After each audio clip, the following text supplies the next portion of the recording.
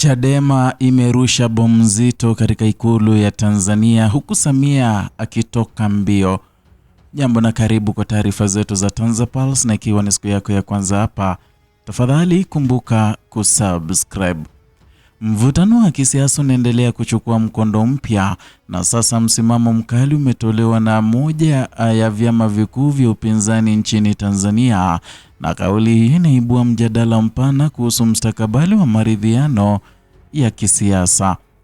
Naibu Katibu Mkuu wa Chadema Bara, Amani Golugwa, ametangaza kuwa chama hicho hakiko tayari kushiriki katika mazungumzo yoyote ya kisiasa yanayolenga kupotosha umma, akisisitiza msimamo huo Aprili tarehe 20 mwaka huu wakati wa mahojiano maalum ya East Africa Radio, na ni jambo ambalo limemtikisa zaidi Samia Suluhu na kumtia wazimu.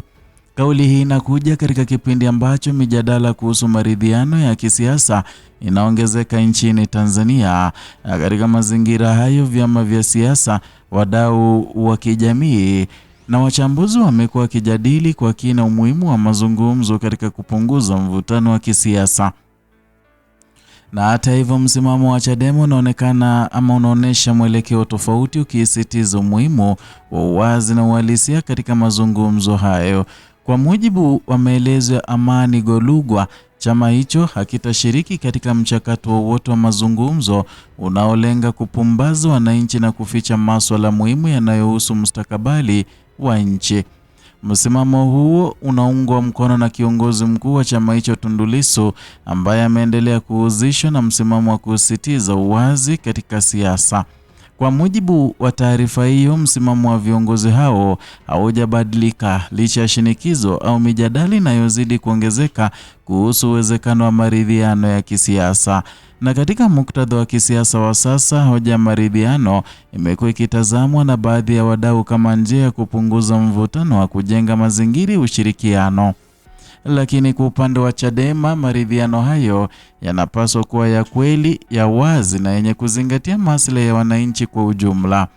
Kauli hiyo inaashiria tahadhari dhidi ya kile kinachoelezwa kwa mazungumzo yasiyo na uhalisia, ambayo yanaweza kuwa na athari kwa uaminifu wa umma. Na katika hatua nyingine, Amani Golugwa alizungumzia suala la kisheria linalomhusu Tundu Lissu, akieleza kuwa chama hicho kitaendelea kuchukua hatua za kuhakikisha haki za kisheria zinazingatiwa. Na katika maelezo hayo, jina la Paul Kisabo limejitokeza bila wasiwasi, likihusishwa na juhudi za kisheria zinazofanywa na chama hicho.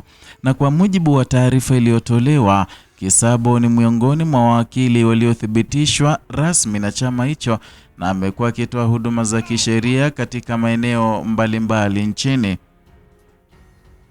Maelezo yanaonyesha kuwa jukumu lake limekuwa muhimu katika kusaidia wanachama na viongozi wa chama katika masuala ya kisheria. Na katika tukio la hivi karibuni, ilielezwa kuwa walikuwa na kikao kati ya Paul Kisabo na Tundu Lissu ambao kililenga kukamilisha taratibu muhimu za kisheria. Miongoni mwa taratibu hizo ni pamoja na usainishaji wa nyaraka zinazohusiana na kesi inayopinga hatua ya maafisa wa magereza kuwazuia mawakili kuonana na kiongozi huyo. Hatua hiyo inaelezwa kuwa sehemu ya juhudi pana za kuhakikisha haki za msingi zinazingatiwa katika mfumo wa sheria. Na katika muktadha huo, chama hicho kinasisitiza umuhimu wa utawala wa sheria na haki kwa wote. Aidha, Amani Golugwa alieleza kuwa jopo la mawakili wa chama hicho limekuwa likitoa msaada mkubwa kwa wanachama wake. Msaada huu unatajwa kulenga hasa vijana waliokumbana na changamoto za kisheria katika maeneo mbalimbali ya nchi. Na kwa mujibu wa maelezo hayo, uwepo wa timu hiyo unaonyesha namna chama kilivyojipanga katika kuhakikisha wanachama wake wanapata uwakilishi wa kisheria. Hatua hii inaonyesha kuwa sehemu ya mkakati mpana wa chama wa kulinda haki za wanachama wake kupitia njia za kikatiba. Na katika mazingira ya kisiasa ya sasa, suala la haki za kisheria limeendelea kuwa ajenda muhimu hasa kwa vyama vya upinzani. Wachambuzi wa siasa wanaona kuwa kauli ya Amani Golugwa inaashiria msimamo unaoendelea kuimarika ndani ya Chadema.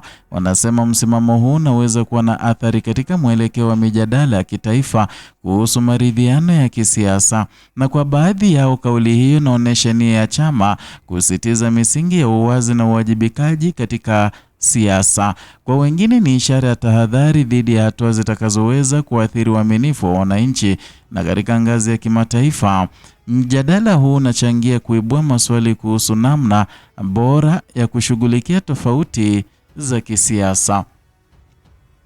Na ikumbukwe vile pia unaibua hoja kuhusu nafasi ya mazungumzo katika kujenga demokrasia imara.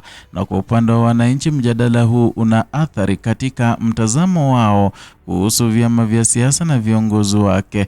Wananchi wanatazama kwa karibu kuona jinsi vyama vinavyoshughulikia masuala ya msingi kama uwazi, haki na uwajibikaji. Na katika hali hii, kauli za viongozi zina uzito mkubwa katika kuunda mtazamo huo. Na kwa sasa msimamo wa Chadema unabaki kuwa wazi katika suala la mazungumzo ya kisiasa.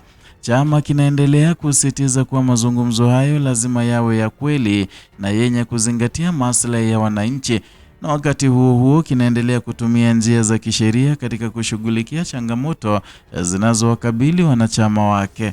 Hali inaonyesha mwelekeo wa chama katika kuunganisha siasa na sheria na kama njia ya kulinda haki za wanachama wake. Na kwa ujumla, tukio hili linaonyesha namna siasa za Tanzania zinavyoendelea kubadilika, huku vyama vikijaribu kusawazisha kati ya mikakati ya kisiasa na misingi ya kikatiba. Ni mchakato unaohitaji umakini, uwazi na maamuzi yenye kuzingatia maslahi mapana ya jamii.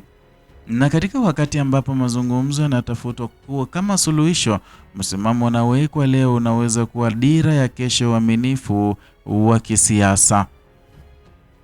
Ni hayo tuliokuandalia mpenzi mtazamaji, kutoka hapa TanzaPulse, channel yako pendwa inayokuletea taarifa hizi pamoja na zingine kwa kina, bila kupindisha wala kugemea upande wowote. Kumbuka hapa tunakuletea uchambuzi wa kina, uchambuzi ambao unakuletea taarifa kwa kina ambazo huwezi pata kwingine. Zidi kuwa nasi kwa kusubscribe, kulike na kushare video zetu kama njia ya kuhakikisha kwamba umekuwa mfuasi wetu.